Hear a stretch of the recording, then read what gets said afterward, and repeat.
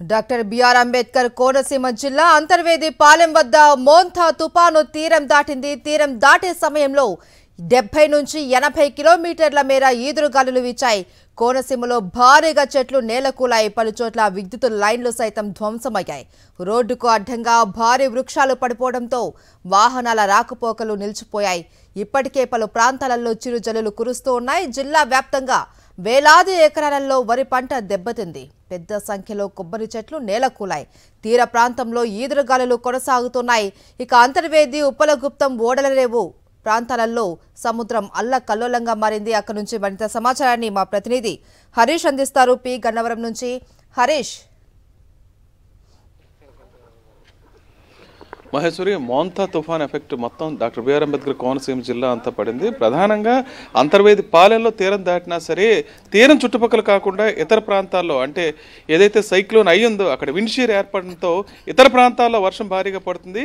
ఎక్కడైతే తీరం దాటిందో ఆ ప్రాంతాల్లో మాత్రం భారీ ఈదురుగాలు అయితే రావడం జరిగింది. ఈదురుగాల ప్రభావం నిన్న మధ్యాహ్నం నుంచి కూడా కోనసీమలో ప్రారంభమైంది.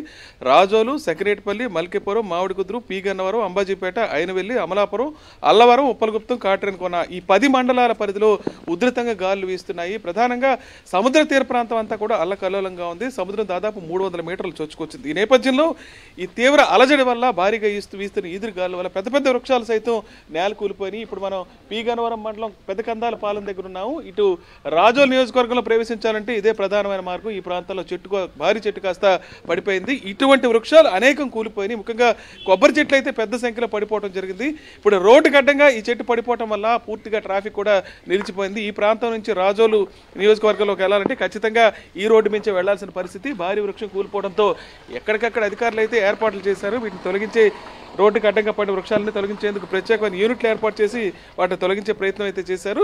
ఇప్పుడు ఈ చెట్టు ఇక్కడ కూలిపోవడంతో దానికి పక్కనే ఉన్న విద్యుత్ లైన్ చూస్తున్నాం, పూర్తిగా కూడా నేలమట్టం అయిపోయింది.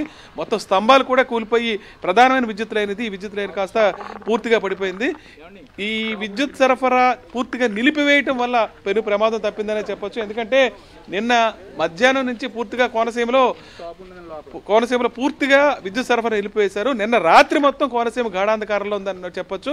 22 మండలాల పరిధిలో ఎక్కడ కూడా విద్యుత్ సరఫరా కూడా లేదు. దీంతో ఇటువంటి ప్రమాదాలు, ఎందుకంటే రాత్రిపూట కోనసీమలో అత్యధికంగా కొబ్బరి చెట్లు, ఇతర చెట్లు ఉండటం, ఈ పెను గాలులు కూడా దాదాపు 70 నుంచి 80 కిలోమీటర్ల వేగంతో గాలులు వీయటం, దాంతో చెట్లు కూలిపోవడంతో ఇటువంటి ప్రమాదాలు ఏర్పడతారు. విద్యుత్ సరఫరా నిలిపివేయడం జరిగింది. ఇప్పుడు ఈ చెట్టు కూలిపోవడంతో సమీపంలో ఒకవైపు విద్యుత్ లైన్ ధ్వంసం అయిపోయింది. మరోవైపు చూస్తే ఇక్కడ ఒక షాప్ కూడా ఉంది. ఆ షాప్ కూడా పూర్తిగా ధ్వంసం అయిపోయిన పరిస్థితి ఏర్పడింది. ఒక్కసారిగా దాని మీద పడిపోవడంతో కోనసీమలో నిన్నటి నుంచి జరుగుతున్న ప్రమాదాల్లో ఒక మహిళపై కొబ్బరి చెట్టు పడిపోవడంతో మహిళ చనిపోయింది. మరో వ్యక్తి తీవ్రంగా గాయపడ్డాడు.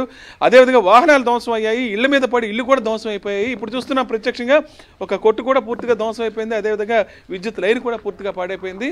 ఇదే పరిస్థితి దాదాపు అన్ని మండలాల్లో కొనసాగుతుంది. మోంథా తుఫాన్ ఎఫెక్ట్ ఇంకా ప్రభావం అయితే కొనసాగుతుంది. వర్షం అయితే నిలిచిపోయింది, కానీ వర్షం చిన్న చిన్న చినుకులు మాత్రమే పడుతున్నాయి. గాలుల ప్రభావం మాత్రం చాలా ఎక్కువగా ఉంది మహేశ్వరి. ఇప్పటికీ కోనసీమకు సమీపంలో, ఈ అంతర్వేదికి సమీపంలో ఎక్కడైతే తీరం దాటిందో దాని పరిసర ప్రాంతాలతో పాటు సముద్ర తీరం ఉన్న ఉప్పలగుప్తం కానీ, కాట్రేన్ కోన కానీ, అల్లవరం ప్రాంతాల్లో, ఓడలరేవు ప్రాంతాల్లో కానీ దీని ప్రభావం అయితే ఇంకా కొనసాగుతుంది. ప్రస్తుతం అయితే మరికొద్దిసేపట్లో వర్షాలు కురవచ్చు. అదేవిధంగా ఈ భారీ ఈదురుగాలుల కూడా కొనసాగే అవకాశం ఉందని అంచనా వేస్తున్నారు. మరోవైపు పంట నష్టం కూడా చాలా పెద్ద ఎత్తున జరిగిందనే చెప్పాలి. దాదాపు ప్రాథమిక అంచనా ప్రకారమే 40 నుంచి 50 వేల ఎకరాల్లో వరి పంట పూర్తిగా దెబ్బతింది. వందల సంఖ్యలో కొబ్బరి చెట్లు కూలిపోయాయి. దీంతోపాటు ఉద్యానవన పంటలు కూడా పెద్ద స్థాయిలో దెబ్బతిన్నాయని అంచనా వేస్తున్నారు Maheshwari. Right, thank you Harish.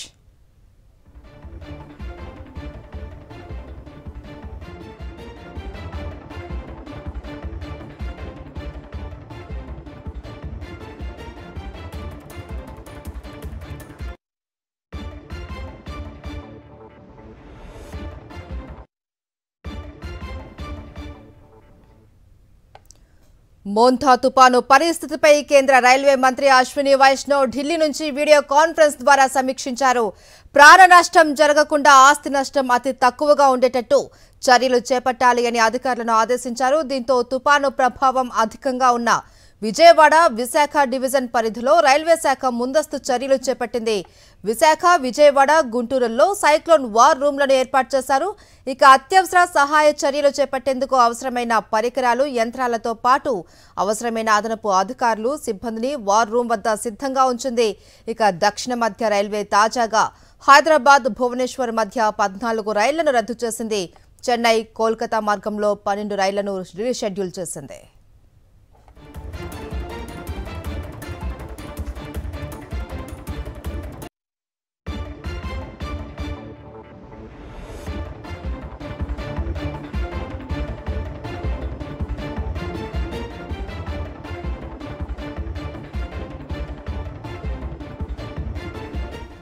Montha తుపాను కారణంగా ఈ నెల 27 నుంచి విజయవాడ మీదుగా నడుస్తున్న పలు రైళ్లను పూర్తిగా రద్దు చేశారు.